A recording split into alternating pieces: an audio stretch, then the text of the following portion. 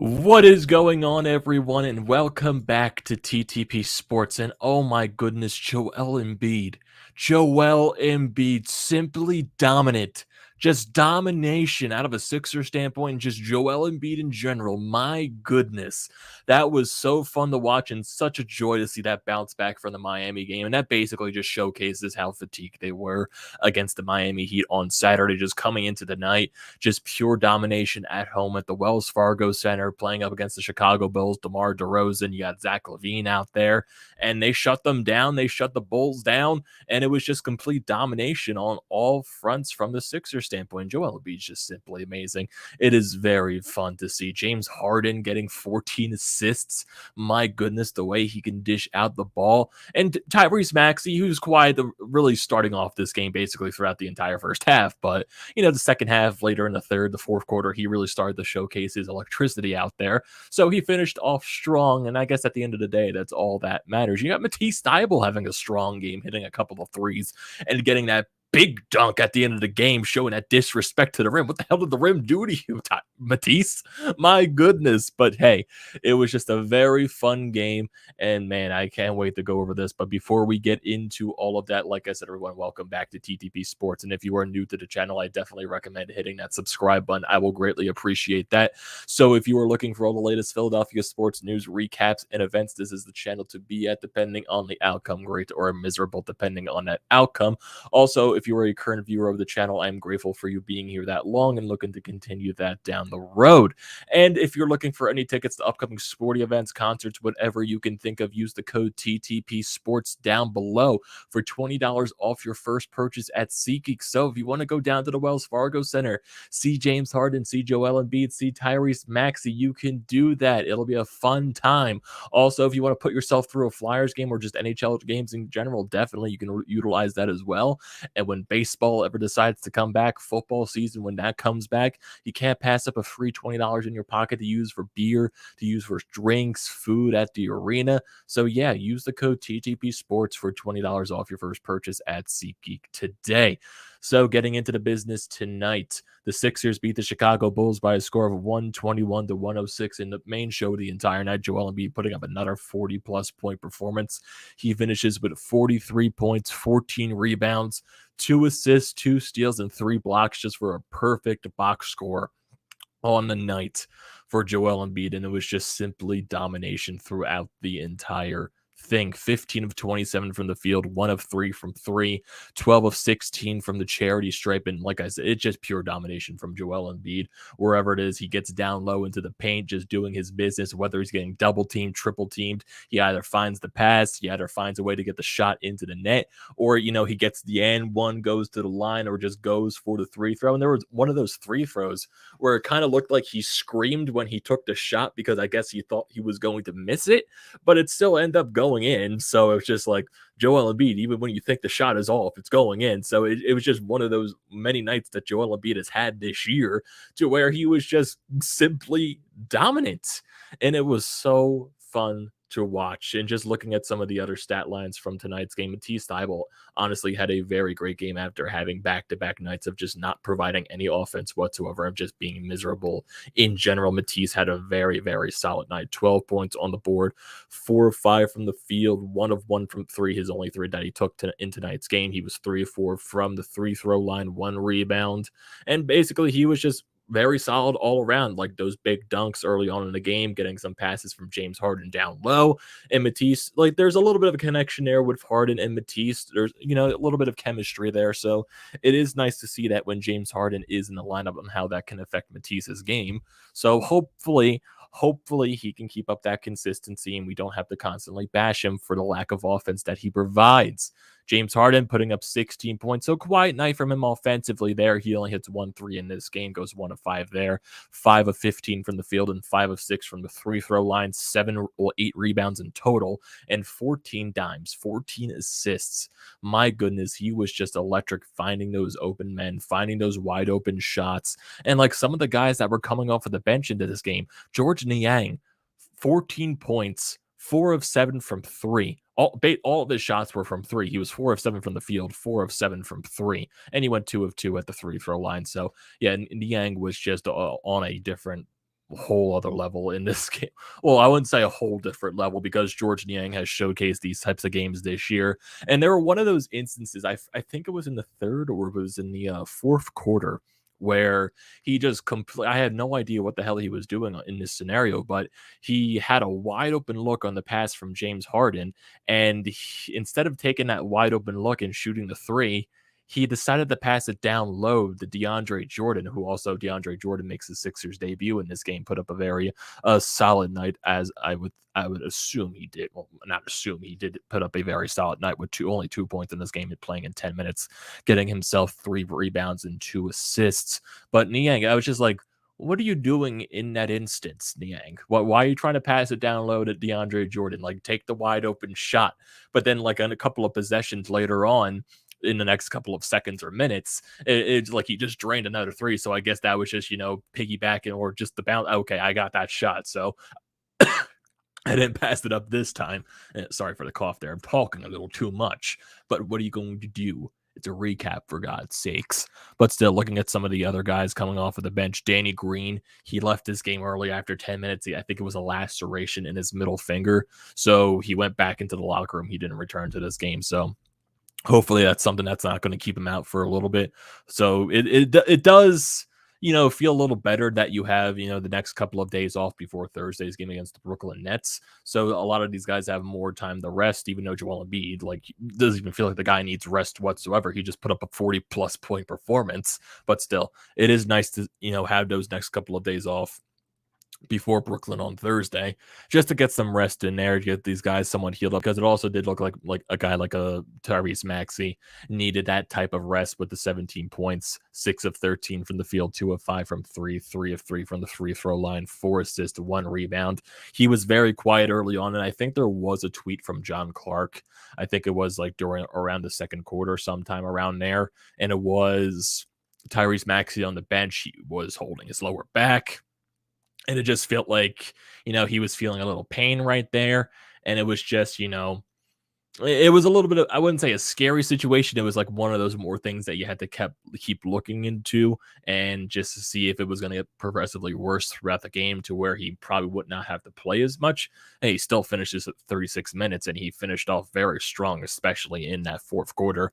He was just like that one play where he's just driving down the way. He gets fouled and the ball is still up in the air, bounces, and it goes into the net for the end one. I'm just like, whoa, Tyrese, where the hell is this coming from?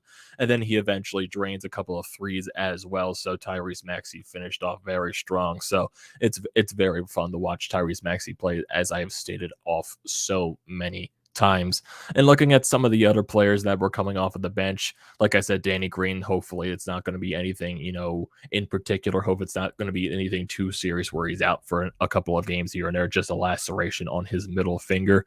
And Shake Milton getting you 3 points off of the bench in 14 minutes. Isaiah Joe getting you 3 points in 11 minutes as well. And something that was very interesting to see from Doc Rivers.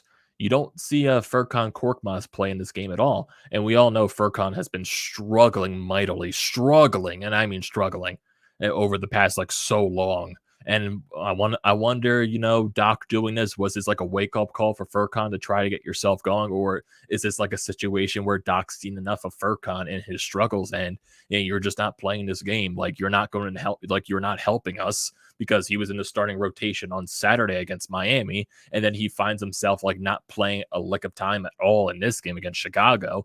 So has Doc seen enough of Furkan and his struggles, or is this one of those situations where it's a big wake-up call for Furkan from Doc to get his ass going and try to, provide something for this team? Because who knows how many more chances he's even going to have left this season for Furkan. So that's something that you definitely have to look into as well, just talking about the entire thing. And just defensively for the Sixers, so in this game, for DeMar DeRozan, for how off he was going this entire season, how he's going to be one of the MVP candidates this year. They held him to his own, definitely. DeMar DeRozan wasn't that big of a factor in this game, only putting up 23 points, goes 11 of 12 from the free throw line, 0 of 2 from 3, so he missed both of those threes, only going 6 of 17 from the field. So yeah, they kept DeMar DeRozan pretty quiet in this game, only getting 11 rebounds, 8 assists. So still it's a respectable box score, but for DeMar DeRozan, for the way he's been this season, it kind of feels like a little bit quiet from that standpoint. So they held him to his own. Zach LaVine as well, getting 24 points, 3 of 6 from 3, 8 of 19 from the field, 5 of 8 from the free throw line, 8 rebounds, 5 assists. So Zach LaVine, so the Sixers, they kept their guys handled, and that was a pretty big thing. The Sixers defensively, especially late in the game as well, getting a lot of blocks from Joel Embiid, drawing those fouls offensively as well, and forcing a lot of offensive fouls on the Bulls. So yeah, the Sixers got into their head, and it's just one of those things where the Sixers, they get their 4th win against the Bulls this year, and it just kind of feels like the Sixers just have the Bulls number recently. And I think it was a stat during the game that this I think would be like what, their 11th straight win or 12th straight win against the Chicago, and like there's so many past so many games. So it's yeah. So it just kind of feels like the Sixers and the Bulls, it just kind of feels like, the Sixers have their number and the Bulls just can't find a way to get over that hump of beating the Sixers right now. So, hey, I don't mind that whatsoever, the Sixers having their number. Honestly, this would make for a fun playoff series, but you never know. That's probably not going to happen. But, hey, just a very exciting game overall from the Sixers. And just looking at some of the other stats team-wise for them, the Sixers shot above 48% from the field and above 40% exactly from 3. So they were clicking on all cylinders tonight, which was very good. The rebound issue, that's one thing I wanted to bring up, even though not the harsh on a little bit of negatives. The rebounding has been an issue majority of the season for this team, but it does still feel like they're getting a little bit out hustled for those boards, especially defensively, where they're just they're letting Chicago get their second chances, and then allowing them to score off of those second rebound chances. So that's something that really does have to get shaken up a little bit for guys that try a little more defensively just to grab those boards. It just constantly can't be Joel Embiid and James Harden trying to grab those boards. Try to guys to get a little bit more aggressive on the defensive side, please, just to grab those boards. But still, I really don't want to harp on any type of negatives from this game, because this game was just, pure flat out domination. It was just a very, very fun game to watch. And just looking at the upcoming Sixers schedule, because you got that big game on Thursday against Brooklyn, and I know the reports right now that we all know Ben Simmons is going to be playing on Thursday, so that's the very obvious thing. But Ben Simmons is going to be in the Wells Fargo Center on Thursday, so that's going to be very interesting. If the Philly fans see him on the bench and everything going on there, that's going to be hilarious. That's going to be must-watch television. All the Sixers fans trying, get into the head of Ben Simmons while he's on the bench. That's going to be a very, very fun game to watch, and that's going to be a must-watch television type of matchup right there. And just looking at the rest of the upcoming schedule for the Sixers, after going on this very tough stretch so far. So the tough stretch, in these first 3 games, you beat Cleveland, you lost to Miami in the back-to-back in that very short travel schedule, which was very understandable. You call that more of a scheduled loss right there. So right now in these first 3 games, you're 2-3. That's really good to see. Then you got that Thursday game against Brooklyn, so you got a couple of days off here, and then you got another couple of days off before you go to Orlando to play the Magic, and then you have a back-to-back at home against the Denver Nuggets, so that's going to be another very tough competition right there. So it's still a little bit of a tough stretch for this team upcoming. You still got Brooklyn, even though Brooklyn's still falling down in the standings. They still got Kyrie. They still got Kevin Durant. So they're still going to be a very tough team to play against. So never count those type of guys out. But hopefully the Sixers can find a way just to keep this winning stretch going and just, keep it going from there. And that tough stretch is going to continue, even though Orlando is a very bad team. You just can't overlook them. You can't take that as an easy win. You just got to find a way to get these wins and just keep them coming. And especially Monday, Denver, that's going to be a very tough matchup. You got Embiid going up against Jokic, so that's going to be very tough. Cleveland, once again, Dallas, Toronto, Miami. So this is going to be a very tough stretch of basketball coming up, tough stretch of opponent, and it's really going to test this team. And they won the first 2 out of 3 of this very tough test. So that's nice to see from the Sixers team. It's very nice to see it with this upcoming stretch and the way they're playing. It does feel like the chemistry is starting to develop a little more. Like, I know with Tyrese Maxey and all that stuff, you didn't put the 25 plus, 30 plus point performance, but I eventually it was going to come back down a little bit. But I think eventually, as you start playing more of these games, you start getting more into the chemistry with Embiid, Harden, and Tyrese Maxey. That chemistry is going to develop a lot more. You're going to start seeing a lot more consistency with these players. Joel Embiid, I would hope he would put up more 40 plus points the rest of the season. I'm going to expect he's going to put up at least a couple of more going down towards the back stretch of the season. But continue to see that dominance from Embiid, continue to see James Harden doing what he does with the constant assists and just doing what he does, being a leader out there. Tyrese Maxey showing his electricity out there.